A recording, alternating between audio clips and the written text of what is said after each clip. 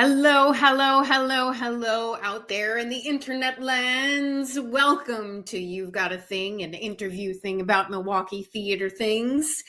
My name is Jaimelyn Gray. I am the host of this program, this weekly Milwaukee theater coverage program that hopefully we can get you out in the world and get some good catharsis and see some theater, and it'll be great and amazing. So today what I have for you is a wonderful human, just honestly one of my favorite people is Joanna Ponasik of Milwaukee Opera Theater. They did a collaboration with DanceWorks here in Milwaukee to produce a show called RUSALKA, and it's this year. It's actually a remount. They actually did it last year to a great success, and it's already starting out that way this time as well, by selling out shows and having to add seats and all the things. So they are going into their second weekend. So you have 4 shows left to go and see that show. But get your butt in there and see some stuff. But it's very cold here in the Wisconsin, in the Milwaukee. It's been some frigid things. So I've got my turtleneck on, and I've got my my big sweater that my husband has not nice things to say about, because he's funny that way. He just does not like this sweater, which I just think is funny.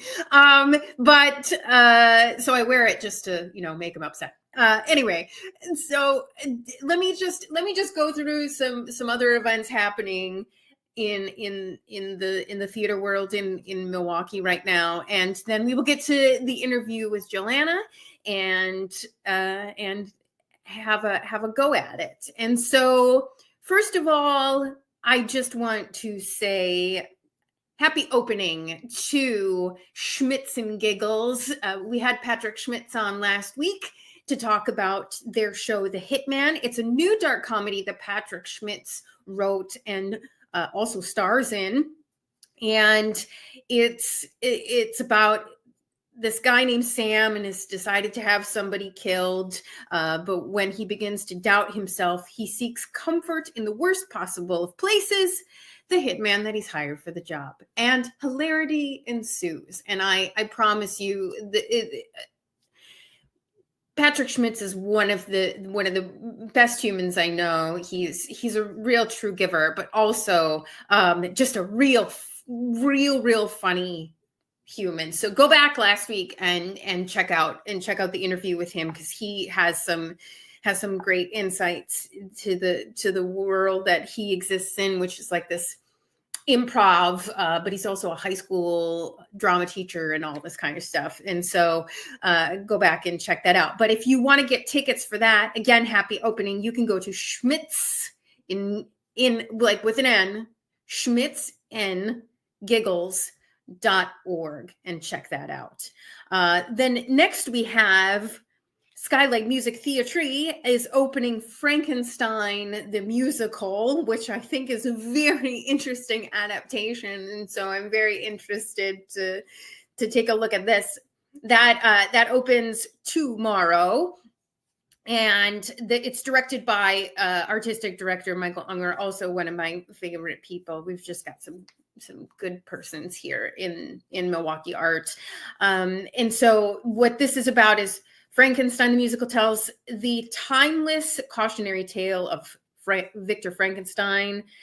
And his obsession with advancing technology unleashes a litany of terror and tragedy. In this adaptation, though, they explore the great promise and grave pitfalls of discovery in a work that is uniquely faithful to Mary Shelley's original novel. And they promise a bold new perspective on the classic text. And so you can go to smtmke.org, which is Skylight Music Theatre, mke.org. So smtmke.org to look into tickets. more tickets for that production. Again, happy opening to them. Then we have the children over at Next Act. This show opened last weekend and is getting some fantastic word of mouth. And I think the buzz on this is that it really leaves you with things to think about, which I love that kind of work. So, but the story behind that is two retired nuclear scientists, nuclear. Oh, I do that every time. So nuclear scientists reside in an isolated cottage by the sea as the world around them crumbles.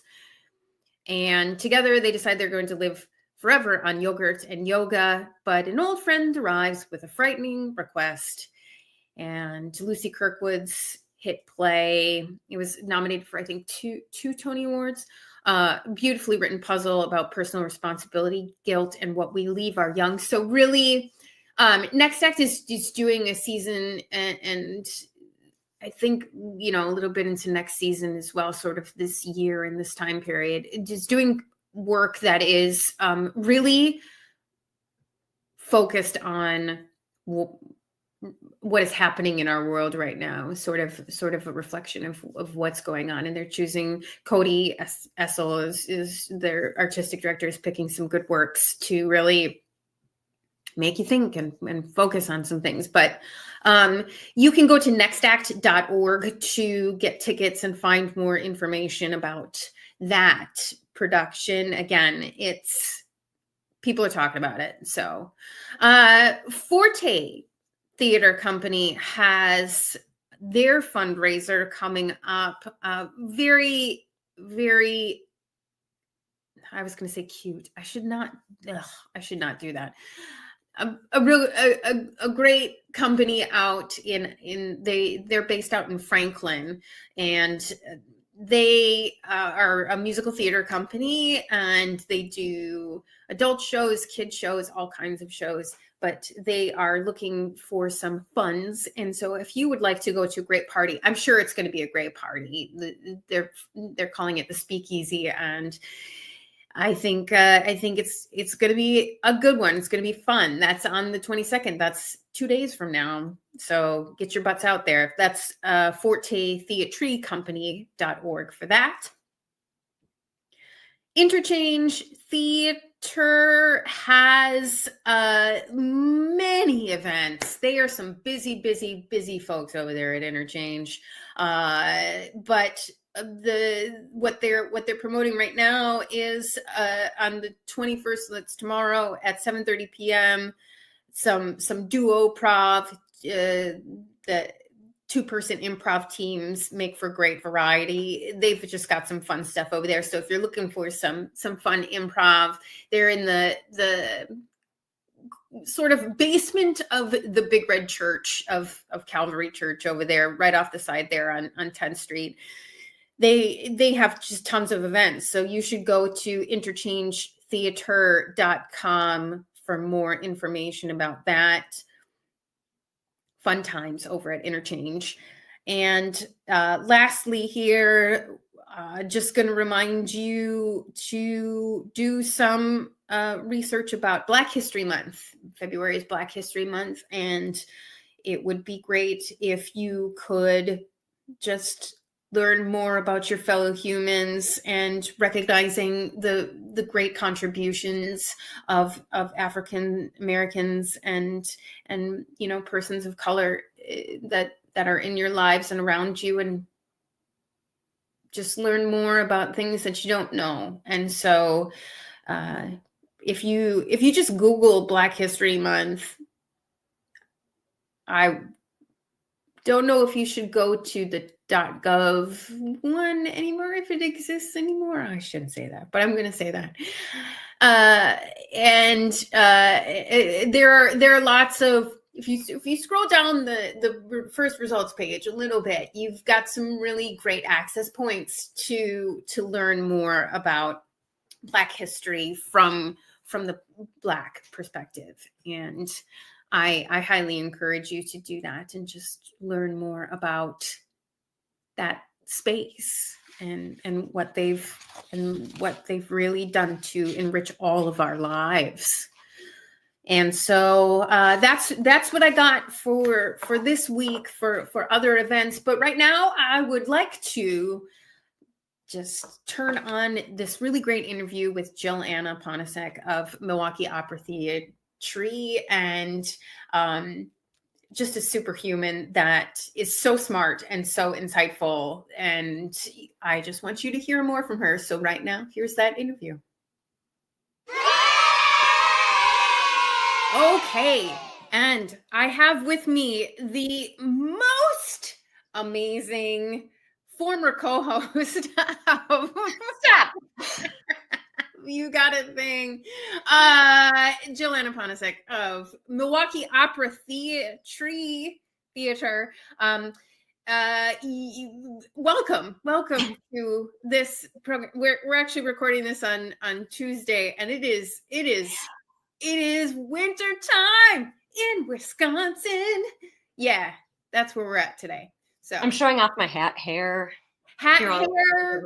I was just talking about my super dry lips, and yeah, that's cute. Yeah, go with that. Yeah, it's cute.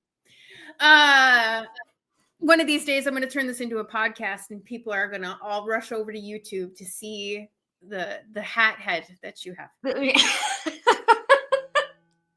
Because they're going to go, I don't know what hat they're talking about. But yes, you have just opened a wonderful, magical remount of a very successful production that you had last year that you teamed up with DanceWorks with. And it's called RUSALKA. And it's a thing. It's like a full, I mean, most of Milwaukee Opera Theater's projects are like full things of, you know, spectacle and singing and wonderful acting, but then you're adding dancing on top of this one. What don't you have in this show? Super titles. Oh, okay. Which we often don't have. I was going to say, I want super titles, but we had super titles this season. So whatever. There are no puppets. Okay. So there's a lot of things that you don't have. Oh yeah. Tons of things. There are so many things we don't have. With our funding model, there's a lot of things we don't have. Yes. But so first of all, let's go through the thing of, for those people who this is the first time that they've ever heard of Milwaukee Opera Theatre. Just give me the rundown of this wonderful company. We're a small artist-led organization that works in experimental opera. So every project we do is a test of some question that we're exploring, and our work is developed collaboratively with other organizations and with artists from outside the organization. Yeah. Usually singer-centered, but can kind of almost be anything. So what's the question what's the RUSALKA question? The RUSALKA question that we explored was, could we condense this piece with English dialogue and original language arias and this score for harp and piano, and tell the story in such a way that the dance, most of the time, the dance is sort of helping us tell the story that the singer is singing about, so that it's, instead of having super titles, dance is translating what you're hearing when it's being sung in Czech. So the question is like, will that work? Well, I mean, I guess the answer is clearly it did, because you brought it back. And you brought it back, and then you didn't even bring it back for one weekend. You brought it back for 2 weekends, and you had to add seats and all the things. So clearly this is resonating with people. it's not for everyone, right? It's not like general work, but for the people who love it, they really, yeah, they really love it. You have that experience where, someone finishes singing a song and then you hear someone just whisper, "Wow," from the audience, it's so nice. So for the right people, it really strikes a chord. Okay. Yeah. I mean, I will say, because I'm not the biggest opera person, right? But when I go and see Milwaukee Opera Theater stuff, I have sort of the same response to it. So I think it is. I don't mean to diminish it, but just to acknowledge that it's a bit of a niche product. Yeah, and I'm just here to say that I am one of those people. And because I have the tendency to be a more kind of a more literal person. I'm a pretty more straightforward, literal kind of person, that metaphor and sort of like the larger abstract things can be lost on me. But for what I've experienced with Milwaukee Opera Theater is that it almost doesn't matter. Yeah, that's mostly where we live. In that extension of the real. Sure. Yeah. Which is opera singing it to begin with, right? Like, if you're going to use your voice that way, you've already left the regular world. Truth. Yeah. Yeah, absolutely. But I think that sort of etherealness, that otherworldly quality and whatever, is accessible to people like me regardless. We hope so. About that. Yeah. We hope so. I think one of my favorite things that I see happen when a show is working is that, and I do think this is the case for RUSALKA as well, but that for someone who has no idea what they're walking into, there are rewards that they will take from the experience. Like there are aspects of it that will come right to them. But if someone is coming in and they are an expert at RUSALKA and they have seen it all over the world and they know it by heart, like they will find something that they didn't realize was there, or look at something in a new way, so that somehow there are rewards for both the aficionado and someone who might just be checking it out. So that's, I don't know, I think somewhat unique to our approach. That's awesome, though, to have that wide of a reach. I mean, have you met RUSALKA like aficionados? With this piece, not yet with RUSALKA. Okay.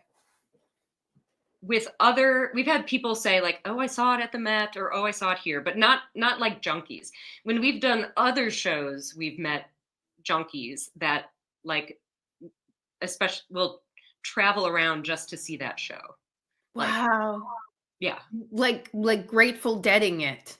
Like Grateful Deading it, yeah. When we did Tales of Offline at the Skylight, I found out that there is a Offenbach Society. And people came from, not hordes, but people. But people, yes. Yeah. Wow. They look for their fix, Wow. What's the furthest somebody's ever traveled to come to see, that's not a friend of yours? Right. What's the furthest that somebody's traveled to come and see an MOT show? I wish I knew the answer. I don't know specifically. We had people from Texas come see Alcina. I mean, that's a distance. Yeah. That's a distance. Wow. Someday I'll be that awesome. You'll have that much free time? Yeah. No. I mean, like someday somebody will travel thousands of miles to come to the Structivist show. Someday. Yeah. So this is your second weekend. You already went through opening weekend. So this is your second weekend. When are you coming back? When are you, Thursday? We come back on Friday. So we have, Okay. it's a Friday, Saturday, 2 shows on Sunday, and then we're done. Like really done. For good. Who knows? But Okay. yeah. Right. For what? Right. So people can go to MilwaukeeOperaTheatre.org to go to all the places that they need to go to Yeah, but it should be right there on the homepage. You can read about the piece. We'll have links to reviews, photos from the show, parking information, all the stuffs. Awesome. What do you hope that people take away from this show?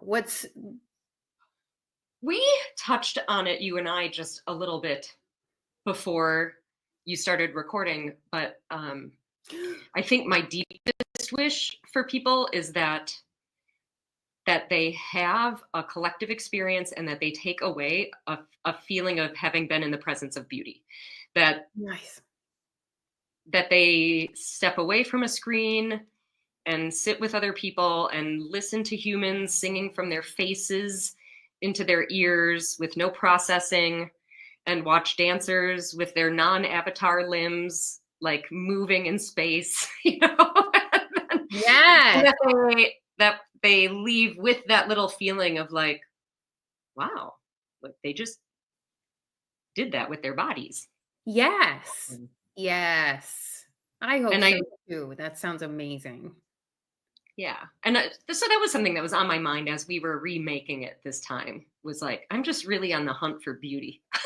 You know, like I want to look for beauty in the piece, and I want to like cultivate it when I can find it, and try and emphasize those aspects. It's a dark story, but also full of frivolity and joy at times. So metaphorically, much like life.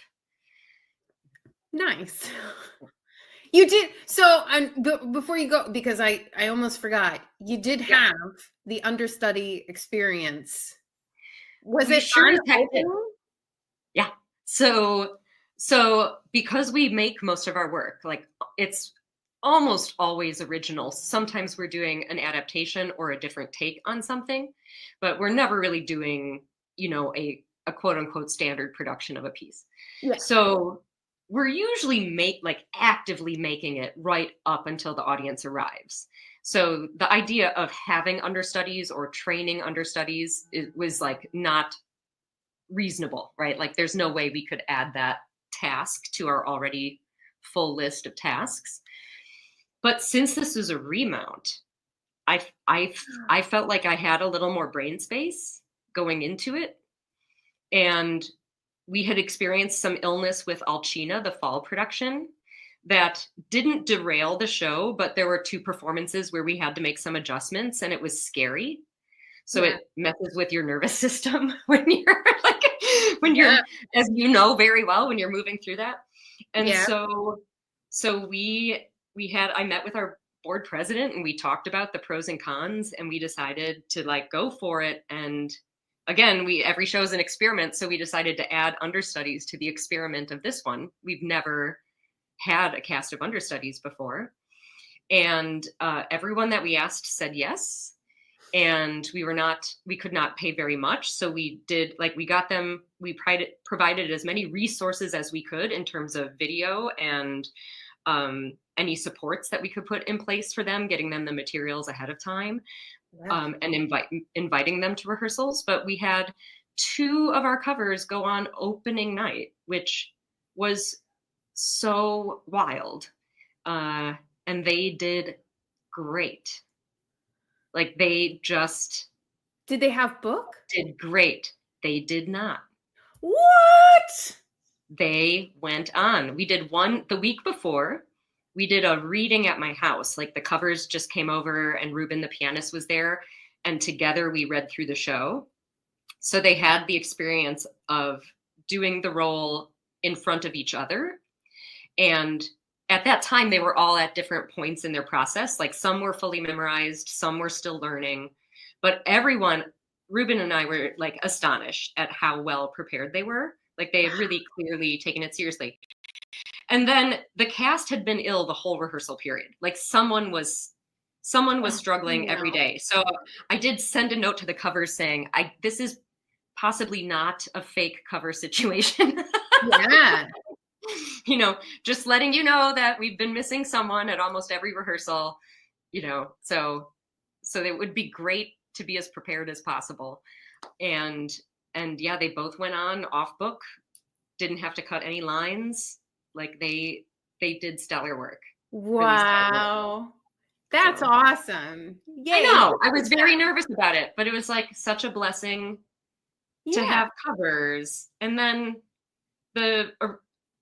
what's interesting is that then the original cast like did some of their best work that night because they're so in the zone of like creating a supportive structure for the covers, you know, that it was like everybody,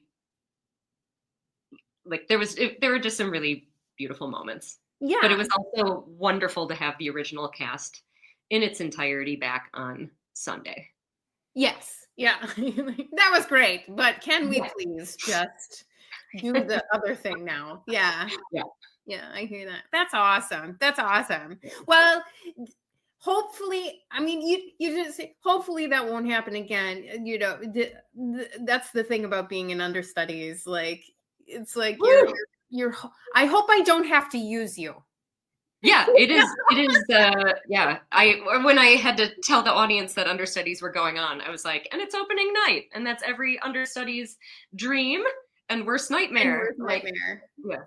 All at the same time. Yes, absolutely. Well, to go and see the actual cast. Yes. You can go to MilwaukeeOperaTheatre.org and you can go and see them. Come see them. Come, and again, there's only 4 performances left. That's what you got. That's it. We're not hiding any. Surprise! I don't know. Sometimes we do that in theater. Sometimes we do. Yeah. Well, thank you so much. Good, kind madam. And I hope you sell out all the shows because Thanks. MOT is an experience. It really is an experience to be had. So I hope people go out and have that experience. A beautiful experience. Yeah. All right. Thank you so much again, Jelena, for stopping by. You've got a thing. She's, like I said, just super smart and amazing. And you should go and see RUSALKA because it's an event. Milwaukee Opera Theater Things, their collaborations with other teams like DanceWorks are just really events.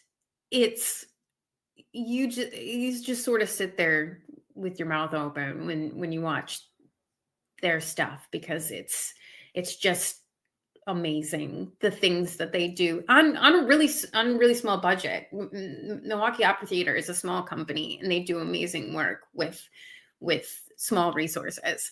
And so thank you so much again, Jelena, for that. But that's what we've got today. That's all I've got for you today on You've Got a Thing. I hope to see you next week, or, you know, if you're listening somewhere, great. And listening to the beautiful tones of my voice. Yes.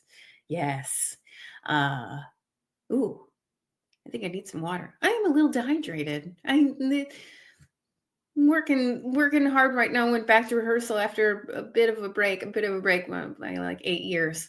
And I'm talking a lot in the evenings. And so my voice is a little meow. But anyway, hopefully I will not lose it so that I can be back next week for you. And please go out and see some local theater, some local art.